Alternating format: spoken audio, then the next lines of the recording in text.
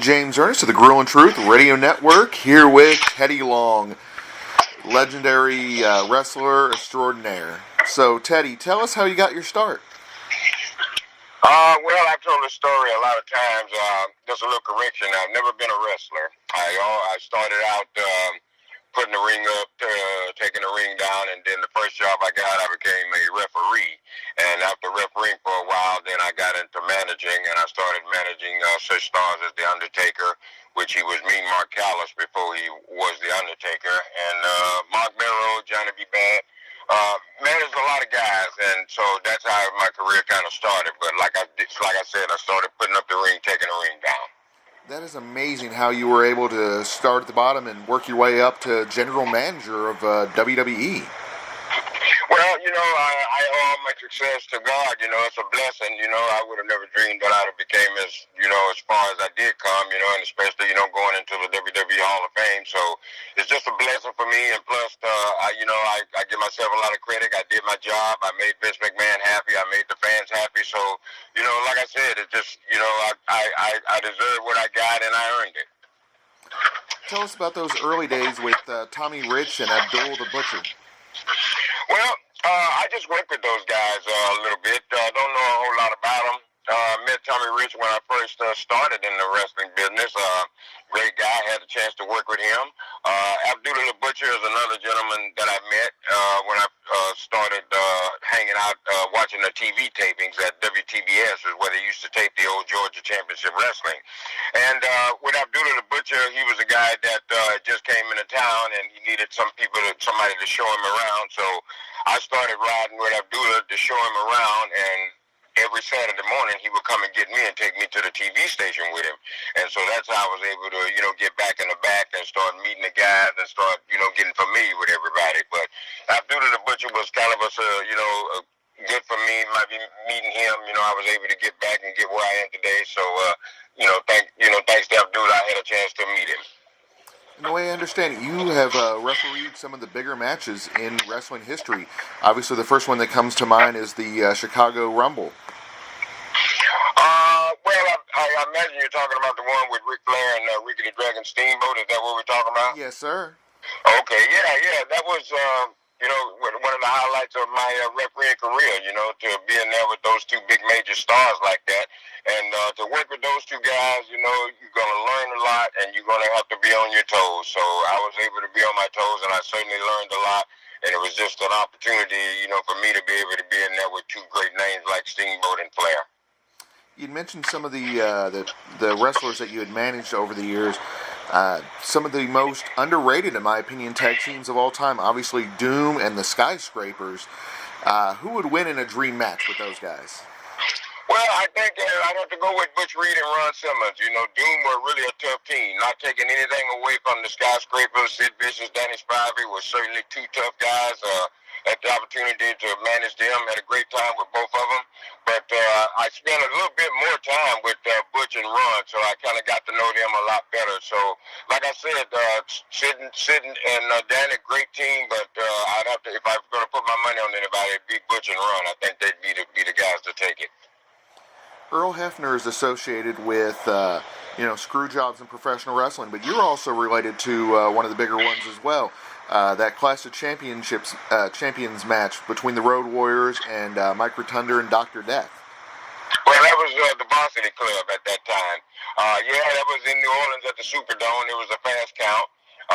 What was happening right there is they were getting ready to put me in the manager's role, and so we had to do something that would basically lead up to me getting fired as a referee and then coming back as a manager. So that was really one of the ones, the fast count on Road Warriors. On the Road Warriors. What was your favorite moment in your career?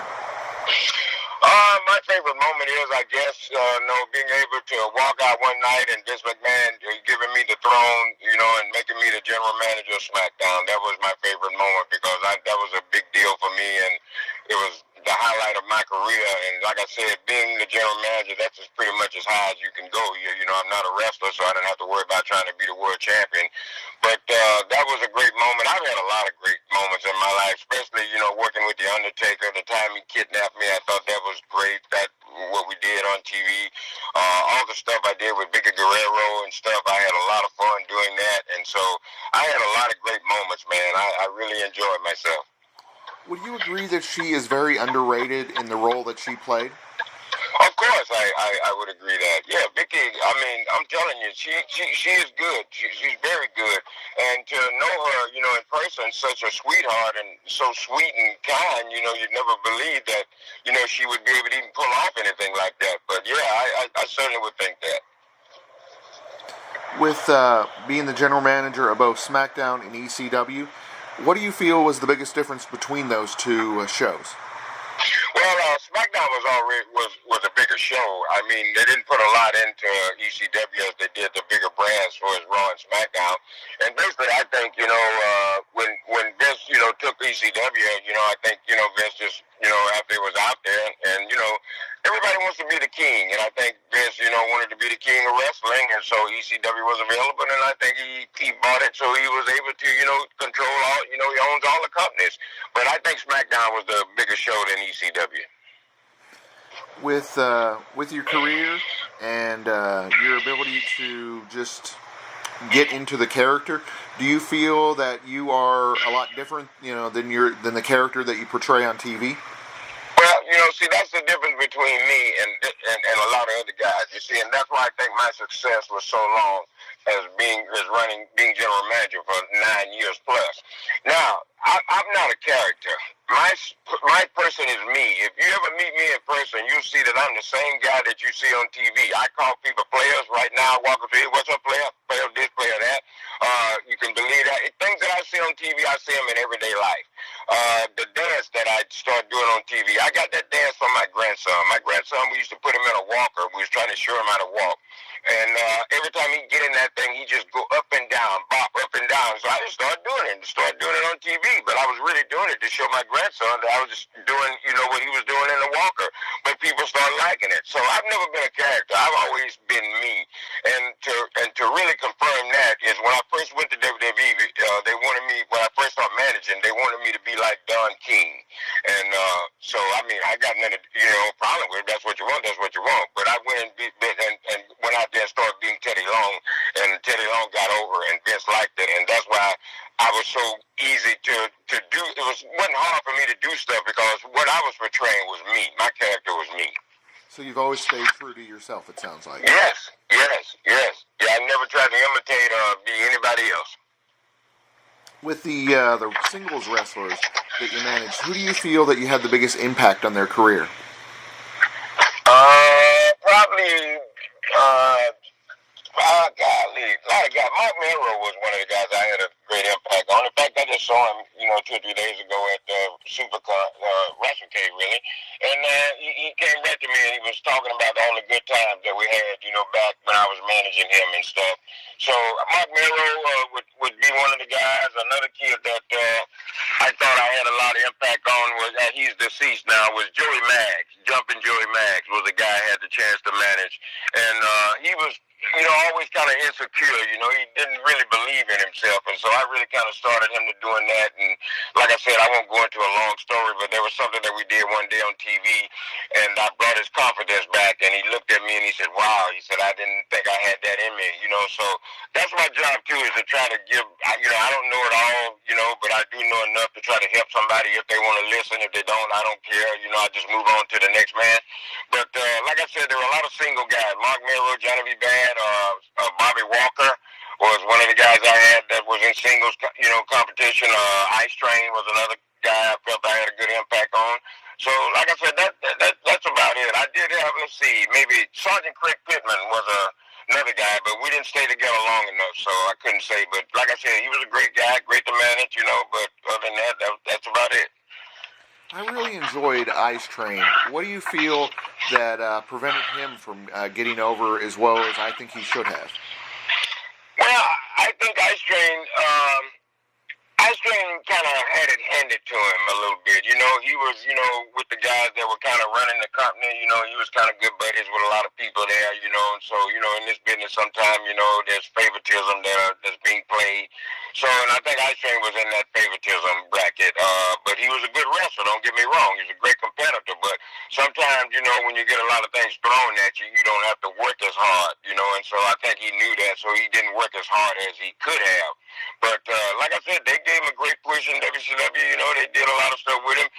Why he didn't go to Vince or go to WWE or WWF at the time, I don't know. I seen him, but it's been a while. But I think he just kind of got, fed up with wrestling and probably didn't want any more of it. I know what you mean. Yeah, like I really thought when they put him with Scott Norton that he was... Well, I managed that team. Him and they were Fine Ice. I had a chance to manage them at one time. Yeah, and I mean, just the power between the two of those guys. I mean, just... Well, oh, yeah. They were great. They tough, great competitors, but, like I said, you just don't ever know where a guy's head at, so, that's why sometimes a lot of things just don't last. Definitely. You mentioned Vicky in the WWE. You had worked with her closely, but you had some other female sidekicks. Could you tell us about some of the better ones to work with there? Well, nobody was any better to work with than Vicky Guerrero. Vicky was great. A lot of those females that I was associated with could have learned a lot from Vicky. I was only with, I'm trying to remember her name. She was my assistant when I was managing ECW. Golly, I just can't remember. I say Oksana, but Oksana was one that was my assistant when I was the general manager of SmackDown. Great girl to work with. She was really good. Wanted to learn, real aggressive and stuff. So, I don't know what happened with her, but like I said, I enjoyed working with her. She was okay. Golly, and Crystal Marshall, another one that I had a chance to work with. We did the deal where I was supposed to get married to her, and I supposedly had the heart attack. So Crystal was nice to work with, and like I said, Tiffany, I believe, might have been her name, but she was my assistant. She went over to TNA for a while too. I just can't think of her name, but she was a good person to work with. In fact, I did see her after a long stint, and she came up to me and thanked me for the way that I helped her at the time she was there. What have you been up to lately? Well, all I do, my man, is I do a lot of appearances. I do a lot of independent shows. I do a lot of Comic Cons. In fact, tomorrow's going to start right there in Louisville, Kentucky at the International Superdome or the Convention Center. I believe that's what it is. Be my first time back in Louisville for a long time. I've been gone, so I'm looking forward to seeing all the fans there Friday, Saturday, and Sunday. And I stay in the gym. Like I said, I just walked out of the gym, and that's why I told you I was driving. I'm driving home, so that's why I was talking to you. So I just stay in the gym, try to stay healthy, stay out, do a lot of Comic Cons, independent shows, and a lot of other things. I do a lot of speaking engagements, and I just try to keep myself active and just trying to stay alive, player. So at the Louisville Comic Con, are fans going to be able to interact with you, get photos, autographs, that kind of thing? Yes, they are. They'll be able to take pictures with me, selfies, autographs, whatever they want. I'm available to do it. I was going to say, and you seem very reasonable. So with the autographs, do you charge extra if somebody wants to holla or player on there? Well, no extra, man. Just if you pay for the autograph, whatever that is, that's what it is. And whatever you want me to sign on there, I'll be happy to sign it on there. I ain't one of them guys like that. I'm easy to get along with. I want to make you happy. If you spend your money with me, I guarantee you, when you leave that table, you are going to be happy and well satisfied. That is awesome. So at the Comic-Con, are you going to do, or SuperCon, are you going to do any panels? Well, I have no idea. I haven't got any information on what they want me to do right now. As far as I know, I'm just going to be doing meet and greets, starting when the doors open until closing time. So as far as I know, that's all I know right now. Now, the panels could happen, but I probably won't know that until I get there. Sounds good. I'd like to thank Teddy Long for being our guest today.